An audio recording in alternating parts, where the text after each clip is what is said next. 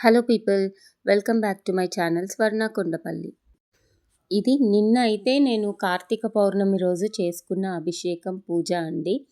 కార్తీక పౌర్ణమి అనంగానే మనము శివయ్యకి అభిషేకాలు అవన్నీ ఎక్కువ నిర్వహిస్తూ ఉంటాము. కాకపోతే మనము హరిహరులని అస్సలకి తేడాగా అస్సలకి వేరువేరుగా అసలు చూడకూడదు. శివయ్యను మించిన విష్ణు భక్తుడు లేడు, విష్ణువుని మించిన శివభక్తుడు ఇంకొకరు లేరు.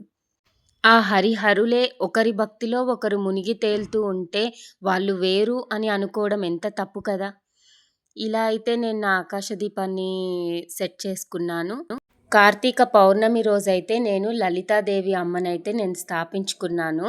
అసలు చాలా అంటే చాలా అందంగా అసలు అమ్మ నిజంగా ఉంది అన్నంత స్పష్టంగా ఉన్నాయి రూపురేఖలు. 9th ఆర్డర్ వచ్చేది, అది మిరాకిల్ లాగా నిన్న పౌర్ణమి రోజే నాకు డెలివరీ అయిపోయింది.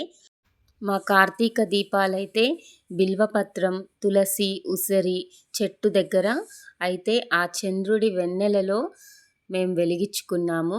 ఆ పౌర్ణమి రోజు భవబంధాలు, సంపద ఇవేవీ తోడు రావు.